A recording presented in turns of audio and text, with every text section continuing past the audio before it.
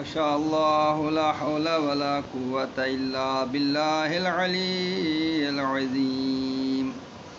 أعوذ بالله من الشيطان اللعين الرجيم. بسم الله الرحمن الرحيم.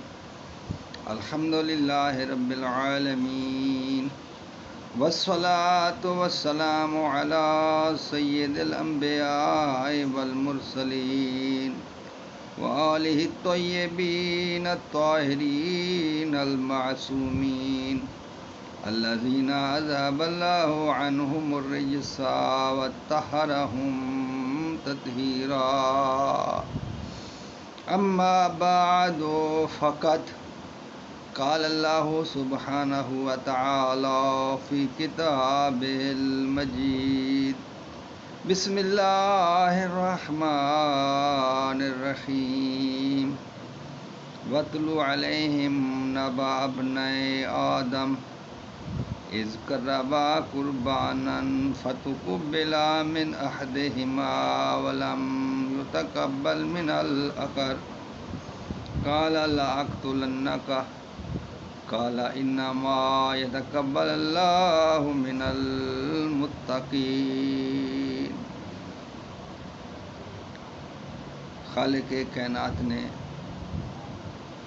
قرآن مجید میں اپنے خلیفہ کا تذکرہ فرمایا،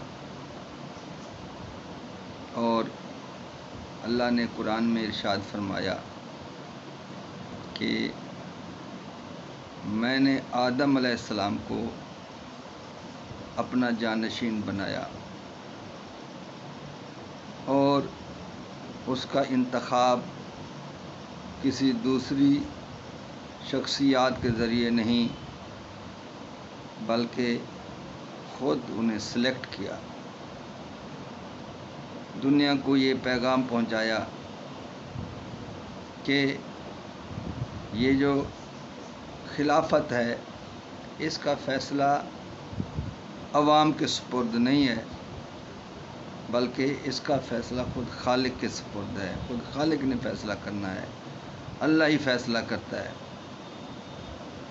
اگرچہ ملائکہ کی خواہش تھی اور انہوں نے ڈھکے چھپے الفاظ میں یہ کہہ دیا تھا وَنَحْنُ نُسَبِّحُ بِحَمْدِكَ وَنُقَدِّسُ لَكَ، پروردگار ہم تیری تسبیح کرتے ہیں، تیری پاکیزگی بیان کرتے ہیں.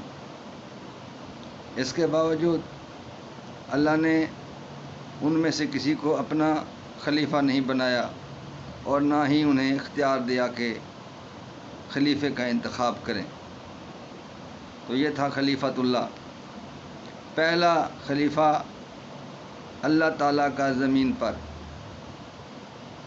اس کے بعد پھر اللہ نے آدم علیہ السلام کو زمین پر بھیج دیا، اور آدم علیہ السلام کو اللہ نے 2 بیٹے عطا فرمائے.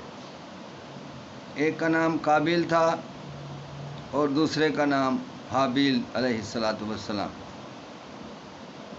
تو جب یہ دونوں بیٹے جوان ہو گئے تو حضرت آدم علیہ السلام کو فکر ہوئی ان کی شادیوں کی.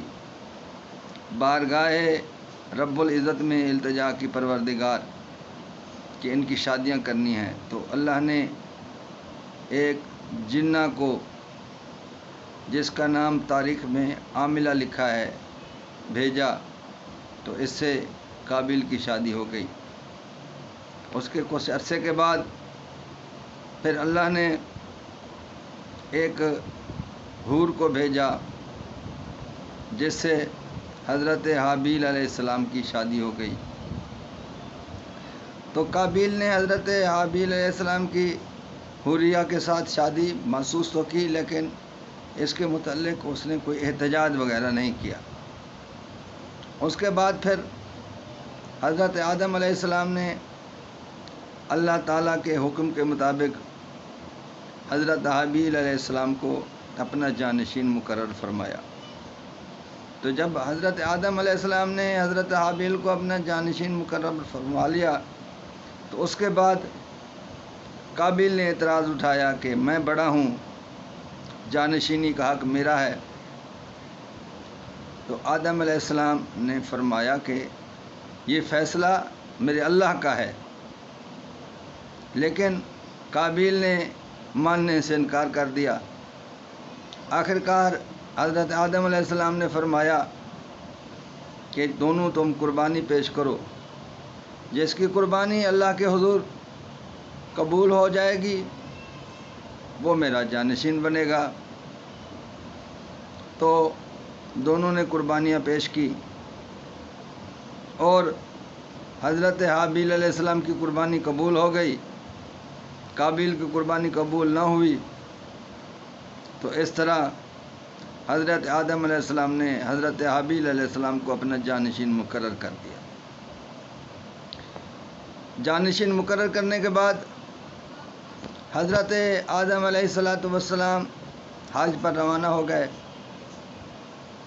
پیچھے قابیل کو شیطان نے ورغلایا اور کہا کہ کیسی بے انصافی ہے کہ آدم علیہ السلام نے آپ کی شادی جن عورت سے کی اور حابیل علیہ السلام کی شادی حوریہ سے کی۔ اس کے بعد پھر اللہ کا اپنا جانشین، اللہ کے علم نبوت کا وارث حابیل علیہ السلام کو مقرر کیا، جبکہ بڑے آپ تھے۔ تو قابیل نے کہا کہ اب کیا کروں میں، اب میں کیا کر سکتا ہوں؟ تو ابلیس ملعون نے کہا کہ حابیل کو قتل کر دو۔ قابیل کہنے لگا مجھے تو قتل کرنے کا طریقہ نہیں آتا۔ تو شیطان نے ایک پرندے کو پکڑا اور اس کا سر پتھر سے کچل دیا۔ اس کے بعد قابیل نے سمجھ لیا کہ اس طرح قتل ہوتا ہے۔ تو قابیل نے حضرت حابیل سے کہا کہ میں تجھے قتل کر دوں گا۔ تو حابیل نے کہا کہ میرا کیا قصور ہے، مجھے کیوں قتل کرنا چاہتا ہے؟ اس نے کہا کہ باپ نے جانشین تجھے مقرر کیا ہے، قربانی تیری قبول ہوئی، حوریہ سے شادی تیری ہوئی، اور میں ان ساری چیزوں سے محروم ہوں، لہذا مجھے غصہ ہے، میں تجھے قتل کر دوں گا۔ حضرت حابیل علیہ السلام نے فرمایا کہ یہ تو اللہ کا کرم ہے، انما یتقبل اللہ من المتقین، اللہ پاک پرہیزگاروں کی قربانیاں قبول کرتا ہے۔ تو حضرت حابیل نے فرمایا کہ مجھے نہ قتل کرو، یہ عمل اچھا نہیں ہے۔ قابیل نے کہا کہ نہیں، وہ بازد ہو گیا، میں تجھے قتل کروں گا۔